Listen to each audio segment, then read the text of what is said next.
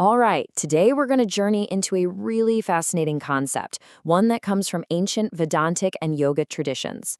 We're talking about a system of energy centers inside our own bodies that are said to be the key to unlocking our full potential.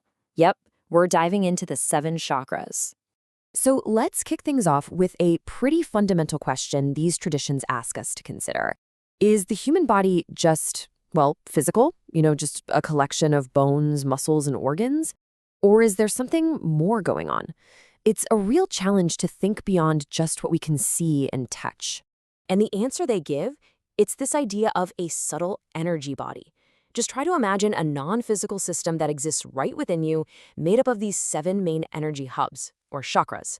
This is where our life force, our consciousness, is said to flow. Okay, let's really get into it, starting from the ground up. We're going to begin our climb with the first 3 chakras. These are the ones that are all about our most basic needs and our survival instincts. So our journey begins at the very base of our being with the foundation of our entire existence. This is the first chakra, known as Muladhara, or more commonly, the root chakra. So you'll find this one at the base of the spine, and its element is earth.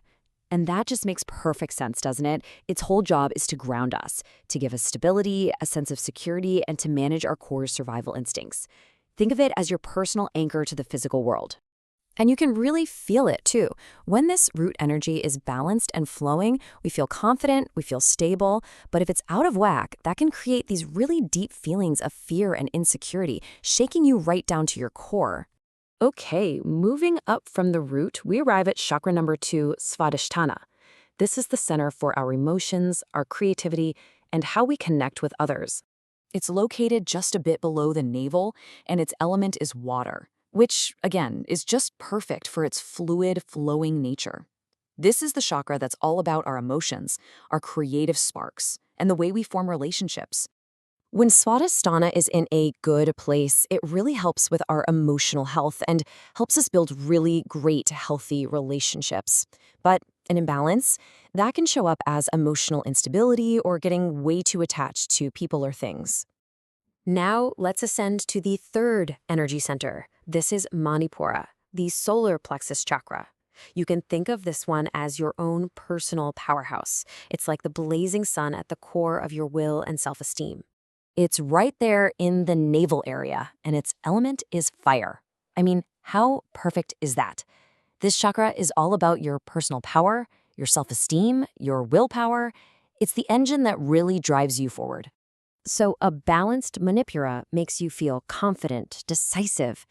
But when that fire is out of balance, it can flare up as anger or maybe a need to control everything around you. Now, check this out because it's a really fascinating way to frame this. These first 3 centers we just talked about, they're sometimes called the animal chakras. Why? Well, because the drives for survival, emotion, and power are instincts we share with all living creatures. As we keep moving up, we start to explore qualities that are considered more uniquely human. And that brings us to the crucial halfway point of the entire system, the heart. The 4th chakra is like the bridge, It connects our primal, earthly instincts with our higher, more spiritual consciousness. This is Anahata, the heart chakra. It's located right there in the center of your chest. Its element is air, and its functions are probably exactly what you'd guess: love, compassion, and bringing a sense of balance to our whole being. When our heart chakra is balanced, we feel compassion, we feel connected to others, we have this sense of inner peace. But an imbalance here, that can bubble up as feelings of hatred, resentment, or just a deep, profound sadness. So, from the heart, we keep climbing, this time into the higher realms of consciousness. These next 3 chakras are all about expression, intuition, and our connection to something bigger than ourselves. But wait, before we explore these top chakras, take a look at this. This is so cool. There's this incredible correlation where the 5 classical elements map perfectly onto the lower 5 chakras.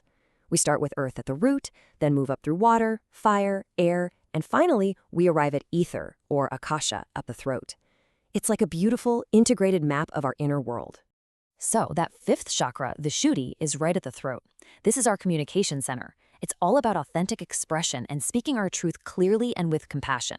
And then, moving up to that spot right between the eyebrows, we find Ajna, the famous 3rd eye. This is the home of our intellect, yes, but also our intuition and our deeper wisdom, that ability to see beyond the surface. And finally, we've made it. We're at the very top, the pinnacle, the seventh chakra, Sahasrara, right at the crown of the head. This one isn't about earthly stuff. This is our connection to self-realization, to pure consciousness. When it's balanced, it's said to lead to spiritual awakening and this profound feeling of oneness with everything. But an imbalance can leave us feeling spiritually cut off, alienated, or just really confused. So we've journeyed through all seven. But here's the most important thing to get from all of this. This isn't some static ladder that you climb once and you're done. No way. It's a dynamic, flowing system that's constantly reflecting our moment-to-moment experience of life. Just think about your own day, right? When you feel that pang of hunger, your energy is focused in Manipura, your fire chakra. When you feel a sudden rush of love for someone, that's your heart chakra, Anahata, lighting up. That aha moment of sudden insight, that's your third eye, Ajna, at work. And that powerful urge you get to speak your truth, that's coming straight from Vashuddhi, at your throat. There's a line that sums this up perfectly. Your consciousness keeps moving on these chakras. It's not stuck in one spot. It's constantly shifting, flowing between these energy centers depending on what you're thinking, what you're feeling, and what you need in that moment. So, I'll leave you with a little something to reflect on. As you're sitting here right now, listening, taking all this in, where do you feel your energy is centered? In this very moment, on which chakra is your consciousness?